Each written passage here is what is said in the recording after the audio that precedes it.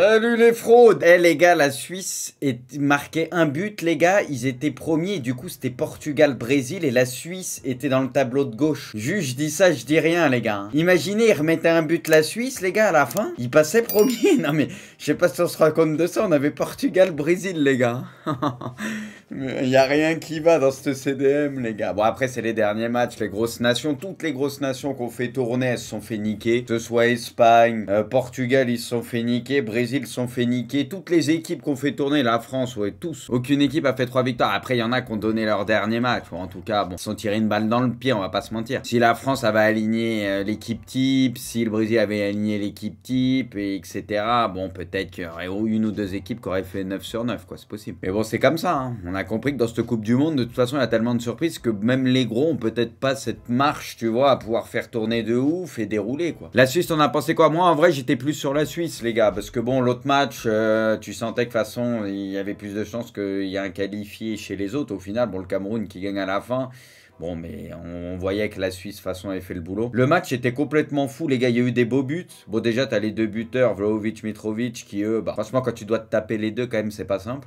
Du coup, ils mettent leur but. Il y a le but de la Suisse. Il est magnifique. L'action collective, elle est extraordinaire. Bon, t'as Shaqiri qui nous met son petit but. On connaît, en tout cas, lui, jusqu'au bout du bout, il fera ses stats avec la Suisse. Mais c'est le but, ouais, je crois, c'est celui de Freuler. Celui de Freuler, il est magnifique. L'action avec la déviation et tout, elle est incroyable, l'action. Et du coup, les gars, on a encore vécu une soirée de ouf. Et ouais, bah la Suisse, les gars, qui comme d'hab, bah, arrivent à s'en sortir. Alors pourtant, c'était pas si simple que ça, tu vois. Ils ont fait leur phase de poule, ils prennent 6 points. Et maintenant, les gars, bah, ils vont jouer face au Portugal. Et moi, les gars, bah, je sais pas si je suis le seul, hein, mais je pense que le Portugal, il va falloir quand même batailler ferme pour battre cette équipe. Parce qu'on sait que la Suisse, en général, ça perd souvent juste après les poules, ou en tout cas pas longtemps après, mais souvent, ça perd de peu, tu sais, au prolong, pénaux ou d'un but. Tu sais, ils sont très casse-couilles à sortir. Et moi, les gars, quand je vois ce Portugal-là, pareil, mais à l'image de quasi toutes les grandes équipes, même si ça a fait beaucoup tourner sur les derniers matchs, je trouve qu'il y a quasi personne qui est imprenable, ou il n'y a pas une si grande différence que ça. Il y a encore moins peut-être contre des équipes comme la Suisse, tu sais, qui sont quand même des équipes qu'il faut respecter, tu sais que c'est compliqué de les jouer. Donc franchement, je pense que ça sera un match compliqué pour le Portugal. On fait le bilan des pronos phase de poule. Bah, en vrai, j'avais le truc. Ça, c'était les miens. Je vais vous dire ce que vous aviez mis. Donc, bon...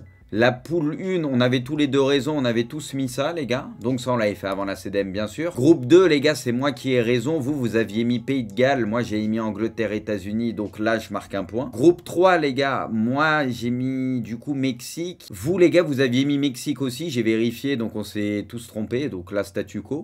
France-Danemark, on était pareil. Du coup, bah, on s'est planté sur une équipe. Donc égalité. Donc je suis toujours à +1, les gars, je vous le dis. Espagne-Allemagne, les gars, c'est moi qui gagne parce que moi, j'ai mis l'Espagne en 1. Vous aviez mis l'Allemagne en 1 et l'Espagne en 2, donc 2 points pour moi pour le moment, je suis à +2. Croatie-Belgique, les gars... moi j'avais 3 points pour moi les gars, parce que vous aviez mis Belgique en 1, Croatie en 2 les gars. Vous aviez mis Belgique en 1, Croatie en 2, donc 3 points pour moi, c'est moi qui ai plus raison par rapport à vous. Ah si, vous pouvez vérifier, j'ai vérifié avant les gars. Espagne deuxième, ah ouais merde, c'est vrai. Ouais mais les gars, c'est pas mérité, moi j'ai mis l'Espagne devant l'Allemagne, vous avez mis l'Allemagne devant l'Espagne. La vérité, vous méritez pas de points les gars, c'est égalité. Donc je suis à +2. Moi je voyais l'Espagne devant l'Allemagne, vous carrément vous avez vu l'Allemagne devant l'Espagne. Carrément ils ont fini derrière le Japon, donc dosez les gars, vous méritez 0 points. Vous méritez pas de points. Même la Croatie, les gars, vous méritez pas. Si, la Croatie, vous méritez 1 point, je suis d'accord. Je suis d'accord. Croatie, vous méritez 1 point. Je suis d'accord. Du coup, ouais, là, il y a... Donc là, pour moi, c'est statu quo. Là, vous égalisez. Donc, ça fait un partout. Brésil-Serbie, les gars. Bah là, c'est pour vous. Vous êtes à +1. Du coup, vous êtes à +2. Vous êtes à +2, les gars, vous gagnez. Vous gagnez d'1 point contre moi. Je suis objectif, les gars. But de Horta, les gars, sur une passe de Dalot, qui est pas mal. Et franchement, les gars, je sais pas pour vous, ce groupe-là, les gars, ce groupe-là, les derniers matchs et tout, c'est un copier-coller du groupe de l'Espagne et l'Allemagne. Portugal comme l'Espagne qui ouvre le score, en plus contre une équipe asiatique. Et au final, ils perdent 2-1. Et au final, de l'autre côté, l'équipe comme l'Uruguay, qui était un peu dans la même situation que l'Allemagne, fait le taf au dernier match, mais ça suffit pas. C'est un copier-coller, j'ai trouvé. Penalty pour le Ghana, les gars, Ayou, il le tire mal. Putain, ça c'est déjà un détournant, parce que bon, après, avec des décisions, on coupe du bois, tu vois, mais c'est souvent une histoire de péno au final entre le Ghana et l'Uruguay, tu vois. Mais si tu mets ce penalty, ça change tout, mais il le tire tellement mal. Le but, les gars, le deuxième, il est stratosphérique. Avec la déviation de Darwin pour Suarez, la remise en une touche. Et du coup, il finit bien. Et les gars, Suarez, pour le coup, le temps de jeu qu'il a eu, franchement, il a été très bon sur ce match. Sur le premier but, c'est lui déjà, il tire, c'est contré, ça suit bien et tout. Mais tu sais, il joue bien le coup. Franchement, sur les deux buts, Suarez, c'est là où tu vois, même en vieillissant, il reste des petits trucs, tu vois. But de la Corée du Sud, la passe de Son, les gars, elle est parfaitement donnée, rien à dire. Parce que ça pouvait être hors jeu, s'il la donne, ça se joue à rien du tout, il la met parfaitement. La Corée du Sud bat le Portugal et se qualifie, sauf si l'Uruguay marque pour les huitièmes de finale. Aïe, aïe, aïe, aïe, aïe. Les Ghanéens, les gars, ils sont quand même contents, je pense.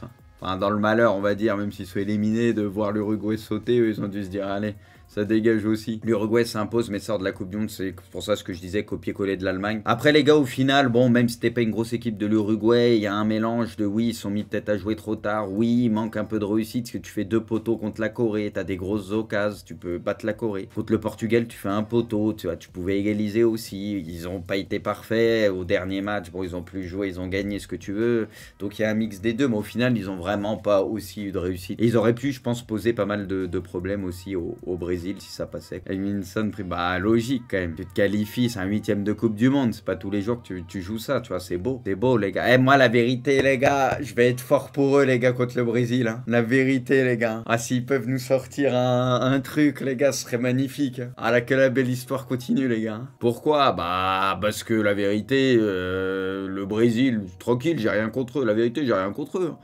Mais tu vois, c'est une belle histoire, donc bah t'as envie d'être pour ces équipes-là, tu vois. Tu sais, c'est comme le Sénégal contre l'Angleterre. La vérité, si le Sénégal sans l'Angleterre, c'est beau. Bon, ça nous arrangera parce que l'équipe de France vaut peut-être mieux jouer le Sénégal que l'Angleterre. Et encore, on verra, tu vois, l'avenir nous le dira. Mais la vérité, moi, je préfère voir le Sénégal sortir l'Angleterre, je kifferais. Hein. Titulaire face au Cameroun à 39 ans, 6 mois et 27 jours. Putain, il est vieux. Daniel Alves devient le plus vieux joueur de l'histoire du Brésil aligné en Coupe du Monde. Putain. Le tifo de supporter brésilien soutient un Pelé qui a été hospitalisé. C'est beau. Force à lui. But d'Embolo, quel match. Embolo, les gars, qui fait son mondial aussi, lui, il fait du bien parce qu'il est précieux. Hein. Bon, de toute façon, on le connaît bien. Mais tu sais, il est puissant, donc il peut conserver le ballon, etc. Pour son gabarit, il court quand même. Tu vois, là, il fait ses stats, il met ses buts quand il faut.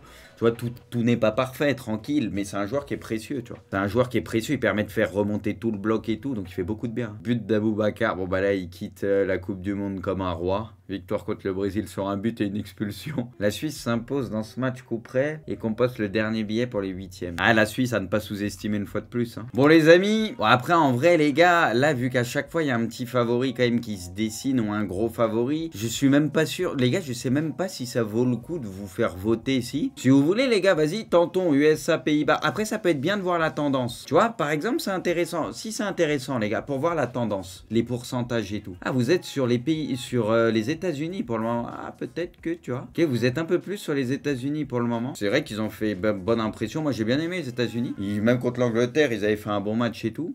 C'est très serré, ça va peut-être pencher un peu plus sur les Pays-Bas à la fin. C'était quoi les gars les pourcentages à la fin? C'était du 51-49, c'était quand même très serré en vrai. Moi les gars, je vais vous donner un pourcentage. Je vous avais dit 51-49 les gars pour vous. Allez, moi les gars, je dis du 60-40 pour les Pays-Bas. Mais en vrai les gars, je peux comprendre votre truc du quasi 50-50 parce que je pense vraiment que les États-Unis peuvent se qualifier et poser des problèmes à cette équipe. On a vu que les Pays-Bas, c'était pas extraordinaire pour le moment. Après voilà, il y a quand même des joueurs plus comme Gakpo, on l'a compris, t'as De Jong qui est dans son mondial, bon t'as quand même des mecs expérimentés notamment derrière et tout, donc voilà, mais je suis d'accord avec vous, il n'y a pas une si grande différence que ça, et je pense vraiment que les États-Unis va leur poser beaucoup de problèmes. Bon, Argentine-Australie les gars, bon vous êtes ouais, vous êtes quand même pas mal pour l'Argentine, il y a quand même les gars à peu près quoi, 20% qui votent Australie du coup. Moi les gars, ça va quasi, moi les gars je vous le dis, ça va être un ne se prononce pas. L'Australie les gars, ils ont fait des bonnes choses. Voilà, on va pas se mentir, on les attendait peut-être pas là, mais au final, ils ont peut-être pas volé leur qualif. Quand tu gagnes 2 matchs comme ça, et en plus, t'as battu le Danemark, etc., alors que t'étais pas attendu, les gars, bah c'est qu'il y a quand même un peu de qualité, même si c'était un Danemark, on l'a compris, assez faible. On n'attendait pas comme ça, on les sentait beaucoup plus forts. Mais ils arrivent quand même à faire le boulot en gagnant 2 matchs et en sortant de cette poule, donc faut se méfier de tout le monde, on a compris en cette Coupe du Monde. Et de l'autre côté, il y a eu l'Argentine qui a très mal commencé, qui a fait des ajustements depuis, ça va un petit peu mieux, il y a des jeunes joueurs, etc., Voilà, ça fait un peu plus confiance aux jeunes. Ça a même sorti des Lautaro, etc. du 11. Donc voilà, avec Alvarez, McAllister, Enzo, etc. Il y a des petits ajustements qui ont été faits, ça va un peu mieux. Maintenant, on sait que l'Argentine, ça peut être un peu bancal par moment. Voilà, même s'il y a une petite montée en puissance. Donc voilà, moi les gars, je vais pas trop me prononcer. Du coup, vu que je sais pas quoi dire, les gars, je vais me caler sur vous. Voilà, je me cale sur vous. Je sais pas, je suis partagé, mais je vais vous faire confiance, les gars, on verra. Japon-Croatie, les gars. Ah, vous êtes sur le point. Ah ouais, mais ça, les gars, c'est le projet Blue Lock, ça. Ah oui. Projet Blue Lock, du coup, les gars, et Japon, mine de rien, les gars qui aiment jouer les gros, qui a quand même tapé Allemagne et Espagne. Eux, il leur faut que des gros. Tu leur donnes le Costa Rica, ils vont perdre le match. Tu leur donnes Espagne, Allemagne, ça les fracasse. Il leur faut que des gros, et ça tombe bien, parce que la Croatie, c'est quand même une belle équipe. Ils sont capables de faire Croatie-Brésil, les gars. 70% sur le Japon, les gars. Sincèrement, les gars, Japon, très belle équipe. T'as envie de les soutenir, t'as envie d'y croire pour eux. C'est une équipe que t'aimerais voir faire un parcours et aller un peu plus loin parce qu'il se passe des choses. On est beaucoup à aimer cette équipe du Japon. Ça triche pas, ça court dans tous les sens. Et souvent, en deuxième mi-temps, ça arrive à renverser des montagnes. Et de l'autre côté, les gars, on a la Croatie, voilà, avec ce milieu de terrain expérimenté qu'on ne présente plus, Gvardiol qui est monstrueux. Moi, ma sensibilité, les gars, elle part pour le Japon. J'aimerais beaucoup que le Japon se qualifie, mais je vais dire que la Croatie se qualifie. Voilà, les amis, moi, je pars sur quand même la Croatie, avec son milieu extrêmement expérimenté. Je pense que ça fera la diff quand même. Mais en soi, les gars, je suis avec vous et j'aimerais beaucoup que le Japon se qualifie. J'aime bien la Croatie à la base, il y a des beaux joueurs, j'ai rien contre eux. Mais c'est juste que le Japon, c'est une des belles histoires et voilà. Et du coup, les gars, Croatie-Japon, si je dois donner un pourcentage, je dirais du 60-40 aussi, les gars. Du coup, vous êtes large, Brésil, les gars. Putain, moi, je suis pas si large que vous. J'hésite fortement, les gars. Bon, je vais dire le Brésil, les gars, parce que c'est le Brésil, allez, nation la plus titrée. Et les gars, je vais dire niveau pourcentage, les gars. En soi, les gars, je dirais vas-y, 75-25. Une chance sur 4 que la Corée se qualifie, ça me semble honnête. Mais je suis pas loin d'une chance sur 3. Entre une chance sur 3 et une chance sur 4. Non, mais c'est vrai, là, je suis d'accord avec vous. Il y a des trucs où je suis un peu d'accord avec vous, tu vois. Bon, le Brésil, on les met favoris, mais la Corée, les gars, c'est les équipes asiatiques, tu vois. C'est un peu comme le Japon, ça lâche rien. Ça peut courir dans tous les sens et tout. Attention, la vérité, attention. Ce sera peut-être pas si simple. Ça sera pas simple, je pense, pour le Brésil, moi. Angleterre, Sénégal. Oh, c'est serré. Du coup, vous avez voté le Sénégal, les gars, et il y aura deuxième changement de vous à moi. Moi, je vais voter l'Angleterre, les gars. Du coup, vous avez voté Japon-Croatie, j'ai mis Croatie. Vous avez voté Sénégal contre l'Angleterre. Moi, perso, je pars sur l'Angleterre. Je souhaite de tout mon cœur que le Sénégal se qualifie. Après, les gars, pour moi, il y a quand même une certaine forme de logique. Si je dois dégager un favori dans ce match, c'est l'Angleterre. Voilà, même s'il y aura des choix forts à faire, parce qu'offensivement, il y a des joueurs peut-être qui vont bousculer un peu ce 11 de départ qu'avait aligné Porte Sud. On voit que Rashford est très très en forme, notamment. Donc voilà, on va hâte de voir le 11 qui va aligner contre le Sénégal. Mais il y a matière, quoi. Il y a quand même des joueurs qui sont en forme. Derrière, ça peut être assez costaud. On voit que Maguire, c'est l'un des meilleurs défenseurs de cette Coupe du Monde pour le moment. Il y a quand même un gros effectif, quoi. Donc, même si je suis pas toujours fan de l'Angleterre, on l'a vu contre les Américains où ça a vraiment été pas fou. Le premier match était très emballant. Bon, troisième match, Pays de Galles, ça vaut ce que ça vaut. Moi, j'ai trouvé vraiment pas terrible. Donc, bon, ils font la diff. Mais du coup, je vois avantage Angleterre, les gars, quand même. J'aimerais, les gars, la vérité, j'aimerais me tromper et que le Sénégal se qualifie. Du coup, France-Pologne. Bon, les gars, arrêtez le vote, là. Moi, France-Pologne, les gars, je vous rejoins complètement. Enfin, pour moi, les gars, ouais, c'est du 80-20 ou un truc comme ça, parce que la Pologne, j'ai trouvé que c'était une des équipes les plus faibles du mondial pour le moment, même si, bon, ça reste du foot, il y a Szczęsny qui est en feu, mais jusqu'à maintenant, ils ont quasi rien montré, incapables d'attaquer et tout. Après, c'est le foot, on connaît. Bon, ne jamais dire jamais, mais il y a une telle diff de niveau. Quand tu vois la défense aussi polonaise, même s'ils vont essayer de park the bus, pour moi, ils savent pas très bien le faire, il y aura des espaces, Mbappé peut se régaler. Franchement, faut pas aller au péno, oui, il faut pas aller au péno, mais je pense vraiment que la France, si on va au péno, c'est qu'ils ont pouffé la feuille et qu'ils ont loupé plein d'occasions, quoi.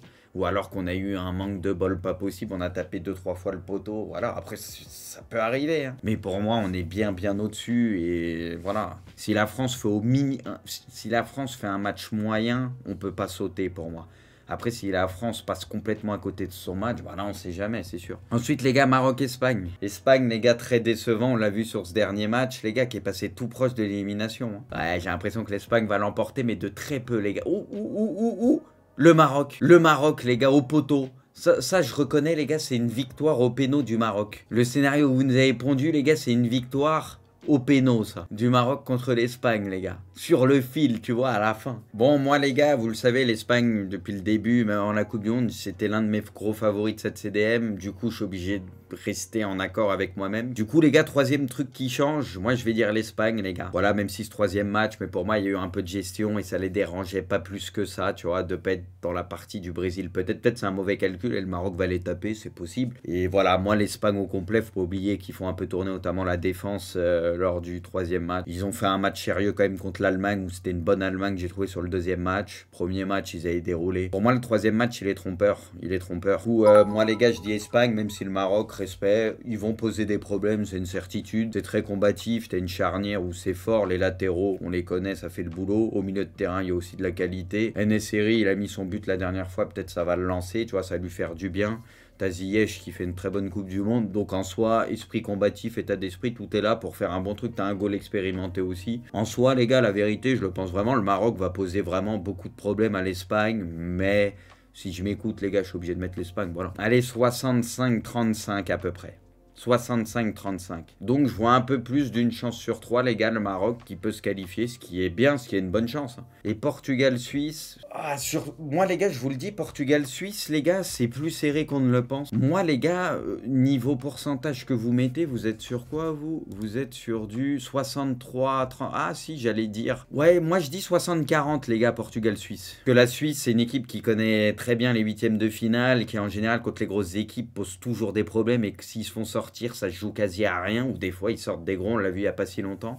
Je mets du 60-40, je suis obligé de donner un avantage aux Portugais parce qu'il y a un gros effectif, tout ça, tranquille. Je suis obligé de les mettre favoris, mais la Suisse, attention, il y a un petit truc à faire. Franchement, les gars, le Portugal, quand tu vois le parcours et tout, les gars, s'ils vont au bout, énorme parcours. Hein, parce que la Suisse, dès les huitièmes, je trouve que c'est pas cadeau déjà. Bon, ça peut être pire, mais c'est pas cadeau quand tu vois d'autres équipes en huitième de finale. Après, potentiellement, si l'Espagne passe contre le Maroc, tape l'Espagne, et potentiellement derrière, ça peut être France ou Angleterre. Je parle des grosses équipes, ça peut être un parcours de malade mental. Quoi.